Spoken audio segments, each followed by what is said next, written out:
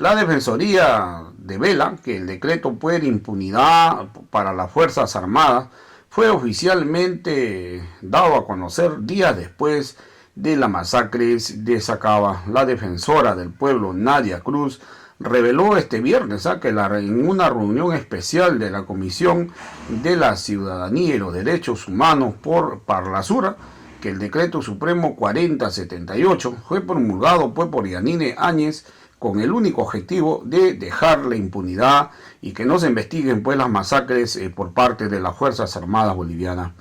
De acuerdo a las investigaciones, a partir ya del 12 de noviembre ya habían masacres, el 12, el 13, y habían prácticamente ya fallecidos a manos de las Fuerzas Armadas bolivianas.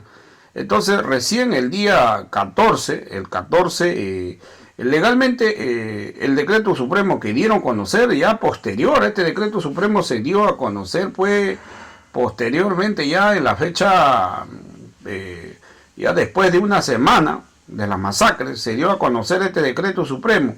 Y este decreto supremo tenía la fecha del 14 de noviembre, pero para esa fecha ya había fallecidos, o sea, ya se había masacrado a pueblo, ya había masacres ya.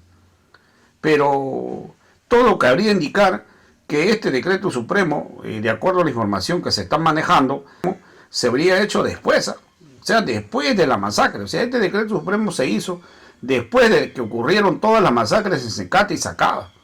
Entonces, pero le han puesto la fecha, del 14 de noviembre. Entonces, esto se ha hecho con el único objetivo de dar impunidad a los que han masacrado, lógicamente, a las Fuerzas Armadas. Y sobre este caso, la verdad que se tiene que investigar, porque la Fuerza Armada quiere deslindar responsabilidades. Aquí nadie deslinda responsabilidad, acá todos tienen que asumir su responsabilidad ante la justicia. Vamos a escuchar a pasajes de la intervención de la Defensora del Pueblo. Como Defensoría del Pueblo de Bolivia, logramos o fuimos parte de todo el objeto de represión que sucedió en nuestro país y pudimos realizar todo un trabajo de recopilación de documentación, de testimonios, de la información que en esos momentos se encontraba accesible, que no se encontraba, como el gobierno de Áñez señalaba, reservada o confidencial, o que era de un orden de seguridad interna. Bueno, más allá de eso, con toda la documentación, la recopilación, reitero, de los datos que nosotros pudimos obtener en los centros de detención, en los centros hospitalarios, en los lugares más críticos del conflicto, entre otros, emitir el informe titulado Crisis de Estado, que trata de mostrar lo que sucede en Bolivia entre el 21 de octubre y el 24 de noviembre del año 2019. Esto nosotros lo hemos dividido en 3 etapas. La primera fase, que la contabilizamos del 21 de octubre al 8 de noviembre, momento en que se declara un motín policial y se pone en un estado, una situación de zozobra al interior del país, en todas las regiones, y obviamente esto genera un caos y comienza una escalada de violencia que se caracteriza por descabezar a las presidencias de diputados, de senadores de nuestra Asamblea Legislativa Plurinacional. Comienza una suerte de persecución a ultranza a líderes políticos del gobierno de Evo Morales, y comienza a haber un cambio actitudinal dentro de las fuerzas del orden, particularmente en la policía, que pasa de ser de una policía aparentemente respetuosa, aparentemente abierta a un proceso de fiscalización sobre lo que se estaba haciendo, a una policía absolutamente intolerante, rabiosa, y que de alguna forma iba allanando un camino hacia lo que después se conocieron como las masacres en Sacaba y Secata. En este periodo, en el segundo periodo, que es del 8 de noviembre al 10 a 11 de noviembre, comienzan con las primeras intervenciones policiales y parapoliciales en ese momento, donde estas fuerzas ingresan con armamento letal en contra de población civil, comienzan a atacar a la población civil en determinados sectores. El día de hoy hemos comprendido más o menos por qué. Se inicia en una región que no era un bastión fuerte del anterior gobierno, no era ni siquiera era un sitio que nosotros o que durante esos momentos se ha identificado como grave de conflicto, pero que, como ha señalado recientemente un ex miembro de las Fuerzas Armadas que está siendo procesado, ellos habían identificado como un sitio donde era necesario generar una imposición del orden.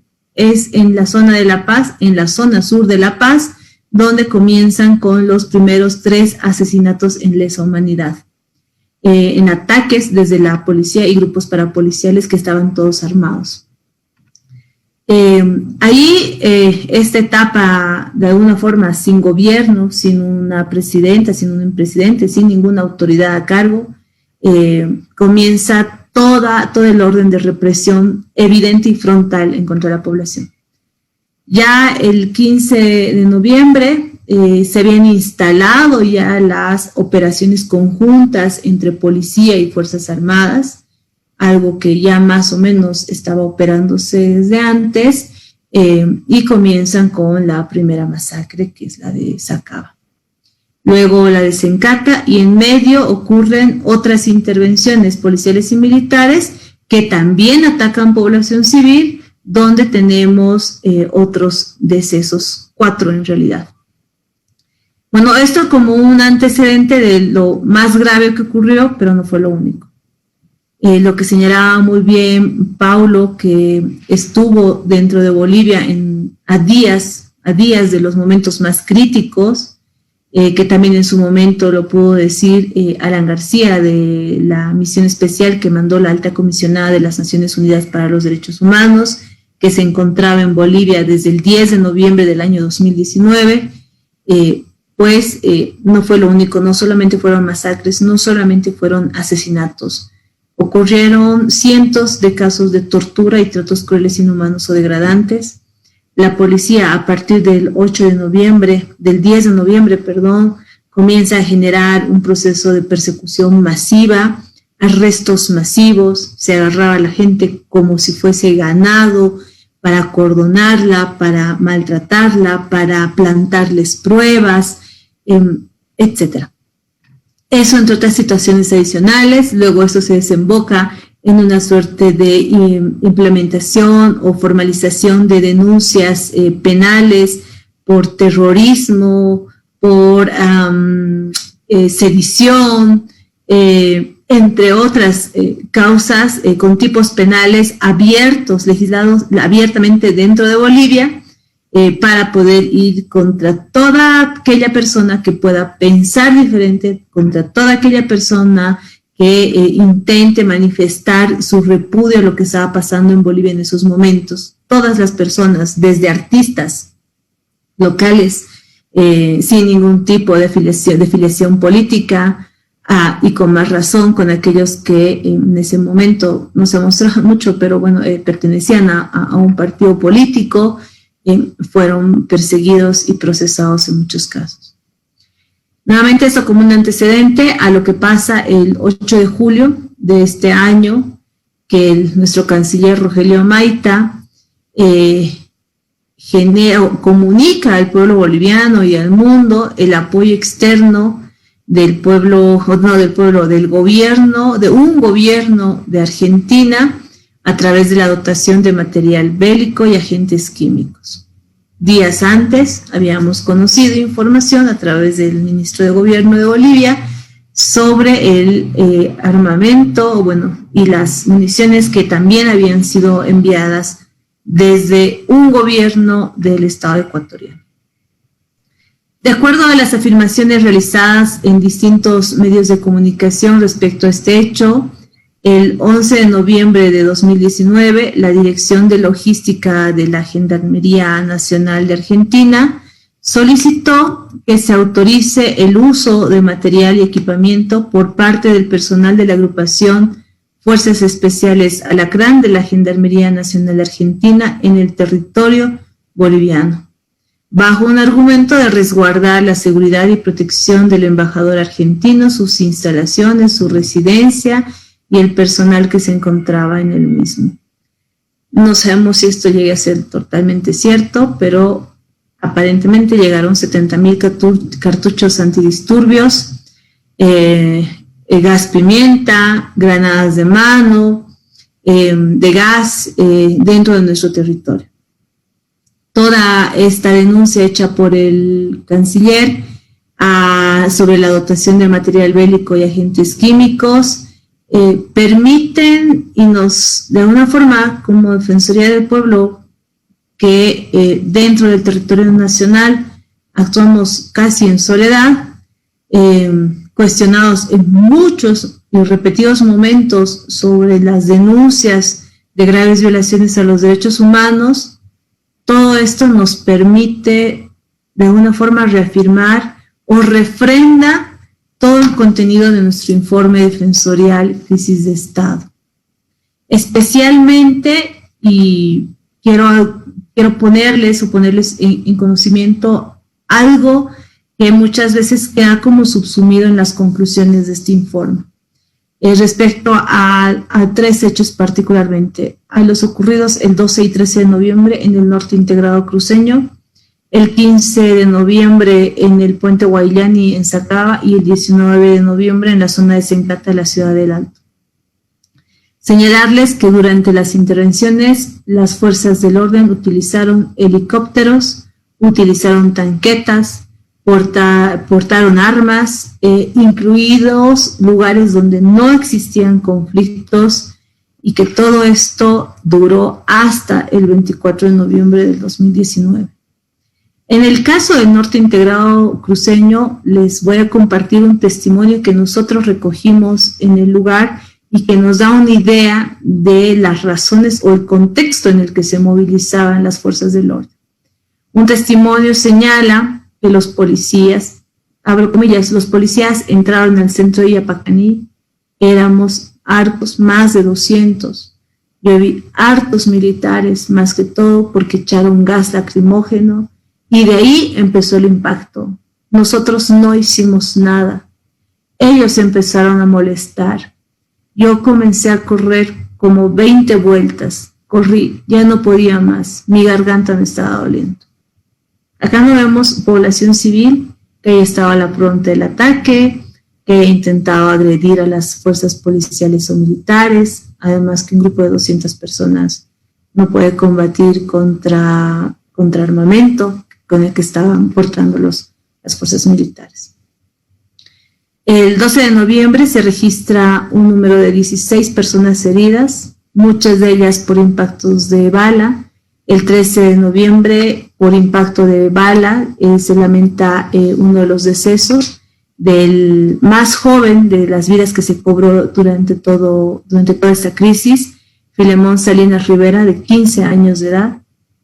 En Montero, el 13 de noviembre, también hubieron heridos por impactos de bala y se da el deceso de otro joven, Roberto Ariel Calizaya, de 20 años, también producto de un disparo de arma de fuego. En Potosí, el 12 de noviembre, las Fuerzas Armadas y la policía nuevamente actúan en conjunto en el municipio de Betanzos. Betanzos no es el epicentro de Bolivia, no es la sede de gobierno de Bolivia. Es un municipio de Potosí, lejano. Ahí se cobran la vida de Marcelino Jarata Estrada, nuevamente por arma de fuego, y se registran un número importante de heridos también por arma de fuego. La represión de las operaciones conjuntas se recrudecieron más aún en los hechos de Sacaba y Sencata. Y resalto el más aún porque estas intervenciones conjuntas entre la policía y Fuerzas Armadas, ya oficiales por parte del gobierno de Áñez, habían sido invisibilizadas dentro de nuestro Estado. No hubo un medio de comunicación que pueda ayudarnos a dar voz en las denuncias que se realizaban sobre estos hechos. A estos hechos se antecede lo que yo les señalaba, que también queda en una suerte de silencio impune lo que ocurre en la zona sur de la ciudad de La Paz. Hasta este momento eran 6 personas que habían perdido, que les habían arrebatado la vida las fuerzas del orden dentro de nuestro país, y hasta ese momento no había atisbos de que alguien desde el Estado pueda dar una razón, y que menos los medios de comunicación nos ayuden a incrementar nuestra voz en la denuncia por esto que ya se iniciaba. Con este antecedente, con este silencio, ocurre o inicia ya una de las masacres más fuertes, que es la masacre de Sacaba. Nuevamente son víctimas de la población civil, que son a manos de Fuerzas Armadas y Policía, caen. Uno de los testimonios que les quiero compartir sobre Sacaba dice, abro comillas, han bajado el puente y han disparado. Después hemos escapado. Casi me han perseguido por aquí, por el Parque Jurásico, dinosaurios. Yo estaba al frente. Primero, policías han disparado del puente de abajo. Después, el ejército estaba atrás. Cuando le han disparado a don Juan, se ha caído, se ha desvanecido. Este testimonio es de una persona que sobrevive y que relata cómo han actuado ambas fuerzas del orden. En el caso de Sacaba, quiero hacer igual un paréntesis, porque el 13 de noviembre, cuando la marcha cocalera sale desde el Chapare, del trópico de Cochabamba, hacia este puente Guayani, se realiza una requisa. En la requisa, la policía admite que se había desarmado, como ellos lo han denominado, que se les había quitado desde petardos, palos que podrían ser contundentes y otros que ellos señalaron a todos los que se encontraban en ese momento en el puente Guayani el 15 de noviembre. El 14 de noviembre hubo una reunión con la policía, con el comandante Jaime Zurita, con la Asamblea Permanente de Derechos Humanos, que entiendo que participó en ese momento, la iglesia, otras autoridades dentro del departamento, donde la policía señaló al sector campesino que iba a cazarlos si ellos decidían continuar con el cruce del puente Guayani para pasar hacia la ciudad de Cochabamba. En ese momento ya se había anunciado que la actuación de la policía era clara, no había ningún margen de negociación, y la policía detiene a esta marcha el 15 de noviembre por alrededor de 3 a 4 horas en el lugar, a fin de nosotros, consideramos desde la Defensoría del Pueblo, poder organizarse para en horas de la tarde comenzar el ataque contra la población civil. Además, en este punto, nosotros como Defensoría del Pueblo, después de que ocurre el punto crítico de la masacre, fuimos literalmente a recoger cuerpos y a buscarlos. Y en este cometido solamente encontramos cuerpos heridos y muertos del sector campesino cocalero. En el caso de la policía y Fuerzas Armadas, ni siquiera se encontraban heridos. No había ni una baja, no había ningún oficial, policía o militar que haya sido al menos herido. Por ello, nosotros rechazamos en ese momento las posiciones de Fuerzas Armadas y Policía de López y Murillo de señalar que había habido un ataque entre ellos, que ellos habían preparado como un autoataque, que ellos se habían matado. Adicionalmente a este hecho, se pudo constatar que los cuerpos que eran trasladados a algunos centros hospitalarios del lugar eran maltratados. Algunos hospitales rechazaban el servicio de atención médica, comenzaban a cuestionarles. En algunos testimonios señalan incluso que no les ponían la anestesia para iniciar las curaciones, infringiendo graves dolores en las personas que todavía estaban sobreviviendo. En algún caso pudimos verificar que casi desecharon un cuerpo como fallecido, que estaba botado en el piso. Nosotros llegamos, lo vemos, el cuerpo se movía, tuvimos que restablecerlo para que le puedan dar atención médica. Se encontraban efectivos de inteligencia y policía alrededor de los hospitales, hostigando, amenazando a los que sobrevivían y que ingresaban a atención hospitalaria, cercando a los familiares, cercando a los miembros de la Defensoría también que estábamos en el lugar. Entonces, ni siquiera en esta parte humanitaria, donde ya habían logrado bajar a la gente, culminó su tarea. Además, se dieron a la tarea de, en esta etapa crítica de sobrevivencia o de búsqueda de atención médica, continuaban con esta actitud de amenaza.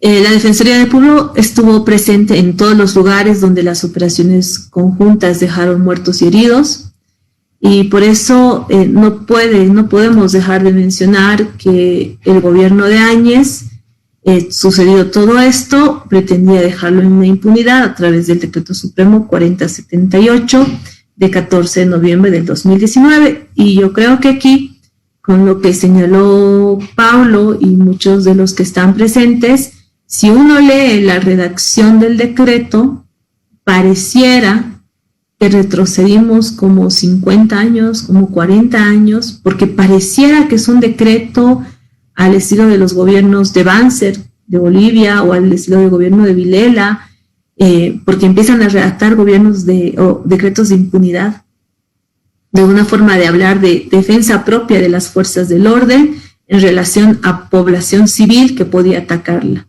Todo esto para deslindar, especialmente en Fuerzas Armadas, o particularmente en Fuerzas Armadas. Hay una particularidad que muchas veces queda en el olvido. El Decreto Supremo 4078 tiene fecha de 14 de noviembre, pero es de conocimiento público después de la primera masacre. No se lo conoce antes. Nosotros siempre mantuvimos la teoría, nunca la pudimos comprobar, de que el decreto sale posterior, nos imaginamos, a través de un proceso de negociación para ejecutar la segunda masacre con las Fuerzas Armadas y con fecha anterior, porque nosotros ese día lo buscamos en la Gaceta. Recuerdo que cuando se hizo público por redes sociales nos contactaron de la comisión y del alto comisionado para conocer sobre la existencia o no de este decreto. No había información oficial respecto de aquello. El gobierno de Áñez no dijo nada durante esos momentos ante las consultas que se realizaban, pero más allá de que esto haya sido atentatorio contra los principios constitucionales y estándares internacionales, sale ya más medianamente oficial a partir del 16 de noviembre del año 2019. Los hechos registrados entre el 11 y 24 de noviembre del 2019, cuando operan estas operaciones conjuntas con material bélico, agentes químicos, no pueden quedar en la impunidad. La Defensoría del Pueblo, desde noviembre del año 2019, ha ido solicitando la investigación y sanción de los responsables, el establecimiento de la verdad, la necesidad de procesos de reparación hacia las víctimas, de una reparación integral.